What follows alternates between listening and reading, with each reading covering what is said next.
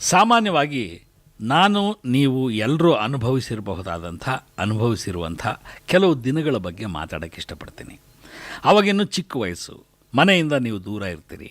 ಮನೆಯವರು ಕಳಿಸೋ ಚಿಕ್ಕ ಅಮೌಂಟ್ನಲ್ಲೇ ನಿಮ್ಮ ಊಟ, ವಸತಿ, ಖರ್ಚು ಎಲ್ಲ ನಡಿಬೇಕು. ಏನಾದರೂ ಓದಿ ಸಾಧಿಸಿ ನಿಮ್ಮ ಕಾಲ ಮೇಲೆ ನೀವು ನಿಂತು ಮನೆಯವರಿಗೆ ಸಹಾಯ ಆಗಿ ನಿಮಗಿಂತ ಚಿಕ್ಕವರಿಗೆ ಇಂಥ ಕಷ್ಟದ ದಿನಗಳು ಬರಬಾರ್ದು, ಅವ್ರನ್ನ ಹಾಗೆ ಓದಿಸ್ಬೇಕು ಅಂತ ಪದೇ ಪದೇ ಅಂದ್ಕೊಳ್ಳುವಂಥ ದಿನಗಳಿರ್ತವೆ. ಹಾಕ್ಕೊಳ್ಳೋಕ್ಕೆ ಎರಡು ಜೊತೆ ಬಟ್ಟೆ ಇರ್ತವೆ. ಬೆಳಗ್ಗೆ ತಿಂಡಿ ಸ್ಕಿಪ್ ಮಾಡಿದ್ರೇ ದಿನ ಕಳೆಯೋದಕ್ಕೆ ಸಾಧ್ಯ ಅಂತ ತಿಂಗಳ ಕೊನೆಯಲ್ಲಿ ತೀರ್ಮಾನಿಸುವಂತಹ ಪರಿಸ್ಥಿತಿ ಇರುತ್ತೆ. ಪಾರ್ಟಿಗಳಿಗೆ ಗೆಳೆಯರು ಕರೆದ್ರೆ ತಪ್ಪಿಸ್ಕೋತೀರಿ, ಸಿನಿಮಾಗಳಿಂದ ದೂರ ಇರ್ತೀರಿ.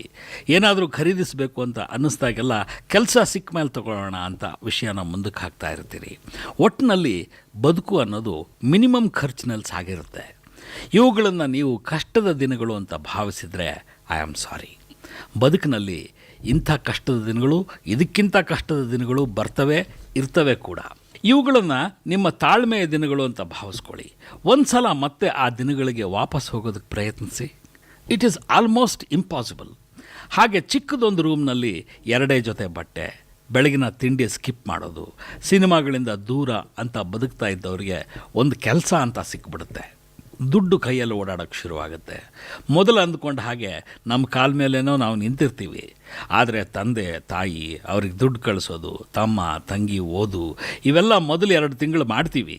ಆಮೇಲೆ ಲೈಫ್ನ ಎಂಜಾಯ್ ಮಾಡಬೇಕು ಗುರು ಅಂತ ನಿರ್ಧರಿಸಿ ಬಂದ ದುಡ್ಡಿನಲ್ಲಿ ಕೈಗೆ ಸಿಕ್ಕದನ್ನು ಕೊಂಡ್ಕೊಳ್ಳೋರೇ ಜಾಸ್ತಿ.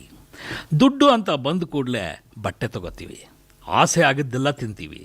ಯಾವ ಘನಂದಾರಿ ನೆಸೆಸಿಟಿ ಇಲ್ಲದೇ ಇದ್ದರೂ ಕೂಡ ಒಂದು ಮೊಬೈಲ್ ತಗೋತೀವಿ.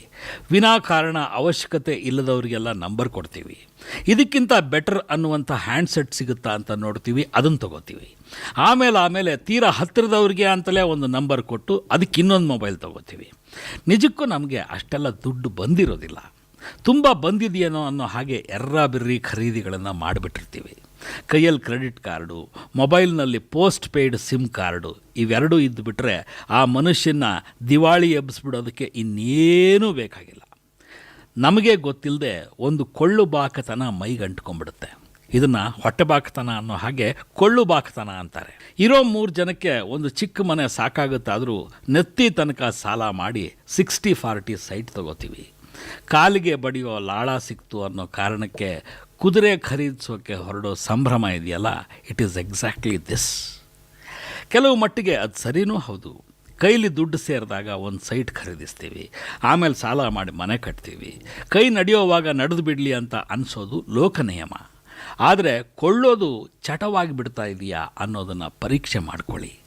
ಎಷ್ಟು ಸಾಲ ಇದೆ ಅಂತ ಲೆಕ್ಕ ಹಾಕೋದು ಜಾಣತನ ಅಲ್ಲ, ಅದನ್ನು ಎಂಥ ದಡ್ಡರು ಬೇಕಾದರೂ ಮಾಡ್ತಾರೆ.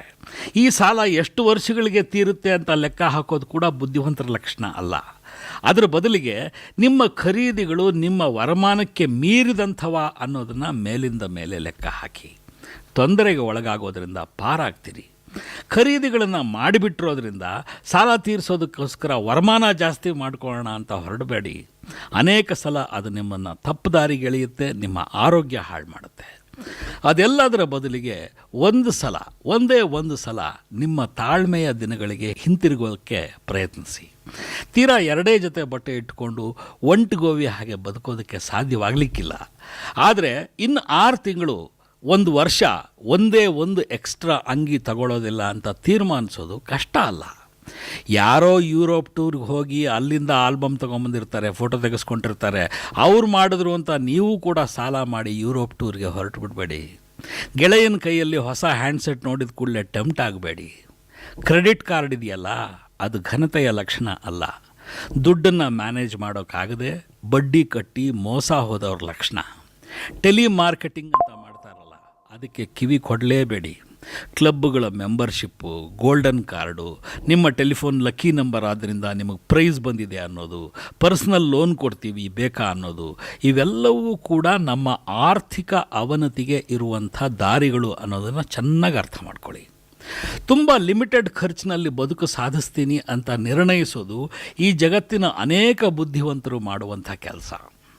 ಕಡಿಮೆ ಖರ್ಚಿನಲ್ಲಿ ಬದುಕೋದು ಜಿಪುಣತನ ಅಲ್ಲ, ನಮ್ಮ ದೈನಂದಿನ ನೆಸೆಸಿಟಿಗಳಿಗೆ ಏನು ಬೇಕೋ ಎಷ್ಟು ಬೇಕೋ ಅಷ್ಟನ್ನು ಮಾತ್ರ ಕೊಂಡ್ಕೋತೀವಿ ಅಂತ ತೀರ್ಮಾನಿಸೋದು, ಮಿನಿಮಮ್ ಅವಶ್ಯಕತೆಗಳೊಂದಿಗೆ ಬದುಕೋದು ಅದು ಜಾಣತನ. ಎಕ್ಸ್ಟ್ರಾ ಅಂತ ಅನಿಸಿದ್ರೂ ನಾನು ಮುಗಿಬಿದ್ದು ಖರೀದಿಸೋ ವಸ್ತು ಒಂದೇ ಒಂದಿದೆ ಜಗತ್ತಿನಲ್ಲಿ, ಪುಸ್ತಕ. ಇವತ್ತಿಗಲ್ಲ, ಇನ್ನು 10 ವರ್ಷ ಕಳೆದರೂ ಕೂಡ ನನ್ನಿಂದ ನನ್ನ ಹತ್ರ ಇರೋ ಅಷ್ಟು ಪುಸ್ತಕಗಳನ್ನು ಓದೋದಕ್ಕೆ ಸಾಧ್ಯವಾಗೋದಿಲ್ಲ. ಆದರೆ ಪುಸ್ತಕ ಇದೆಯಲ್ಲ, ಅದು ನನ್ನಂಥವ್ರ ಪಾಲಿಗೆ ಕೆಟ್ಟ ಇನ್ವೆಸ್ಟ್ಮೆಂಟ್ ಅಲ್ಲ. ನನ್ನ ನಂತರ ಕೂಡ ಜನ ಓದ್ತಾರೆ, ನನ್ನ ಮಕ್ಕಳು ಓದ್ತಾರೆ, ಮೊಮ್ಮಕ್ಕಳು ಓದ್ತಾರೆ. ನಿಮಗೊಂದು ಮಾತು ಹೇಳ್ತೀನಿ ಕೇಳಿ. ನನ್ನ ಶಾಲೆ ಸುಮಾರು 30,000 ಚದರ ಅಡಿಯ ವಿಸ್ತಾರದಲ್ಲಿ ಹರಡಿಕೊಂಡಿದೆ, 30,000 ಸ್ಕ್ವೇರ್ ಫೀಟ್. ಆದರೆ ನಾನಿರೋ ಮನೆ ಕೇವಲ 2,400 ಚದರ ಅಡಿ ವಿಸ್ತೀರ್ಣದಲ್ಲಿದೆ. ನಾನು ದುಡಿಯೋದ್ರಲ್ಲಿ 1/3ಗಿಂತ ಹೆಚ್ಚು ಖರ್ಚು ಮಾಡೋದಿಲ್ಲ ಅಂತ ತೀರ್ಮಾನಿಸಿ ಬಹಳ ಕಾಲ ಆಗಿದೆ. ಉಳಿಕೆಯ ದುಡ್ಡನ್ನ ಮತ್ತೆ ಇನ್ವೆಸ್ಟ್ ಮಾಡ್ತಾ ಹೋಗ್ತೀನಿ. ಚಟಗಳಿಗೆ, ವಿಲಾಸಗಳಿಗೆ ನಾನು ಮಾಡೋ ಖರ್ಚು ನನ್ನ ದುಡಿಮೆಯ 1%ಗಿಂತ ಯಾವತ್ತೂ ಹೆಚ್ಚಾಗಿಲ್ಲ. ಇಷ್ಟಾಗಿ ನನ್ನ ಹತ್ರ 2 ಟಿ ವಿಗಳಿವೆ, 4 ಕಾರುಗಳಿವೆ, 100 ಅಂಗಿಗಳಿವೆ, ಹ್ಯಾಂಡ್ಸೆಟ್ಗಳಿವೆ. ಇವೆಲ್ಲವೂ ಕೂಡ ನನ್ನ ಅವಿವೇಕದ ದಿನಗಳಲ್ಲಿ ನಾನು ಕೊಂಡ್ಕೊಂಡಂಥ ವಸ್ತುಗಳು. ತಾಳ್ಮೆಯ ದಿನಗಳಿಗೆ ಹಿಂತಿರುಗಬೇಕು ಅಂತ ನನ್ನ ಸೋದರ ಮಾವ ಬೆಳಗೆರೆ ಕೃಷ್ಣಶಾಸ್ತ್ರಿಗಳನ್ನು ನೋಡಿದಾಗೆಲ್ಲ ಆಸೆ ಆಗುತ್ತೆ, ತುಂಬ ಆಸೆ ಆಗುತ್ತೆ. ಯಾಕೆಂದರೆ ಅವರು 2 ಜೊತೆ ಬಟ್ಟೆಯಲ್ಲಿ ಇವತ್ತಿಗೂ ಜೀವನ ಮಾಡ್ತಾಯಿದ್ದಾರೆ, ಬಹಳ ನೆಮ್ಮದಿಯಾಗಿದ್ದಾರೆ, ನನಗಿಂತ ಸುಖವಾಗಿದ್ದಾರೆ. ಹಾಗೆ ಬದುಕೋದಕ್ಕೆ ಸಾಧ್ಯವ ಅಂತ ಪ್ರಯತ್ನ ಪ್ರಾರಂಭಿಸ್ತೀನಿ. ಸೋತರೂ ಸರಿಯೇ, ಮತ್ತೆ ನಾನು ಆ ಪ್ರಯತ್ನವನ್ನು ಮಾಡ್ತಾನೇ ಇರ್ತೀನಿ.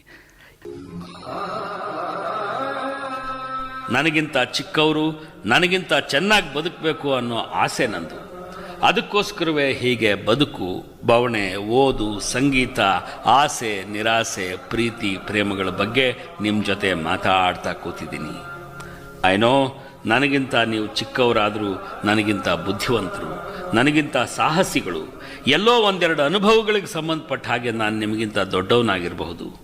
ಅಷ್ಟೇ ಹೊರತು ನಾನು ಜ್ಞಾನಿಯಲ್ಲ, ತುಂಬ ಓದ್ಕೊಂಡವನೂ ಅಲ್ಲ. ಎಲ್ಲೂ ಕೂಡ ನಿಮಗೆ ಬೋಧನೆ ಮಾಡೋ ಪ್ರಯತ್ನ ಮಾಡಿಲ್ಲ. ಬೋಧಿಸೋ ಅರ್ಹತೆ ಈ ಬದುಕಿಗೆ ಮಾತ್ರ ಇದೆ. ಬದುಕು ಬೋಧಿಸಿದ್ದನ್ನು ನಿಮ್ಮ ಜೊತೆಗೆ ಶೇರ್ ಮಾಡ್ಕೊಂಡಿದ್ದೀನಿ. ಈ ಪ್ರಯತ್ನ ನಿಮಗಿಷ್ಟವಾದರೆ ನನಗೊಂದು ಪತ್ರ ಬರೀರಿ. Let's meet again.